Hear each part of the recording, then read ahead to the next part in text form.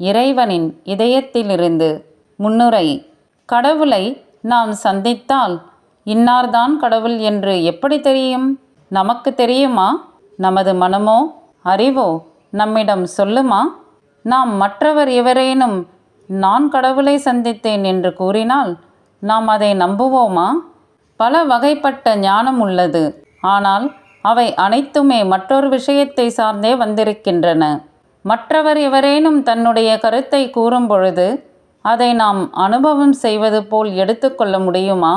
தாயாக இருப்பதை பற்றி படிக்க முடியும், மற்றவரிடமிருந்து கேட்க முடியும். ஆனால் ஒரு குழந்தையை வளர்க்கும் அனுபவம் இல்லாமல் ஒரு உண்மையான தாய்மையின் பொருளை புரிந்து கொள்ள இயலுமா? நாம் படித்ததிலிருந்தும் கேட்டதிலிருந்தும் கடவுளை பற்றி தெரிந்திருக்கிறோம் என்று கூற இயலும்.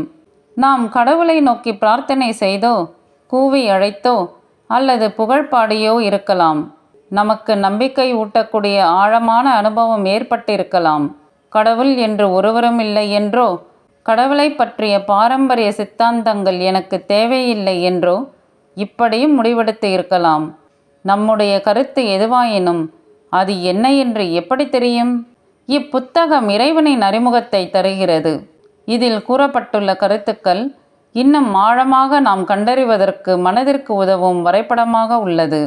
திறந்த மனதோடு இக்கருத்துக்களை ஏற்கும்போது, உங்கள் உள் உணர்வில் சொல்ல அனுமதிக்கும் போது, உங்களுக்கு வழிகாட்ட வரும்போது, நீங்கள் இதுவரை கண்டிராத ஒரு புதிய ஆன்மீக உணர்வில் செல்லும்போது மிகவும் மேலான அனுபவத்தை பெறுவீர்கள். இறைவனை நேரடியாக அறியும் விழிப்புணர்வை அடைவீர்கள். இறைவனோடு உறவை ஏற்படுத்தி கொண்டு மிகவும் அற்புதமான ஆழமான அனுபவத்தை உணர்வதற்கு இப்புத்தகம் உதவக்கூடும். நமக்கு ஏற்படும் அனுபவத்தின் ஆதாரத்திலான நம்பிக்கையின் ஆதாரமே இறுதியானதாகும். உண்மை மற்றும் அர்த்தமுள்ளது எது என்பதை நமது இதயம் மட்டுமே அறியும்.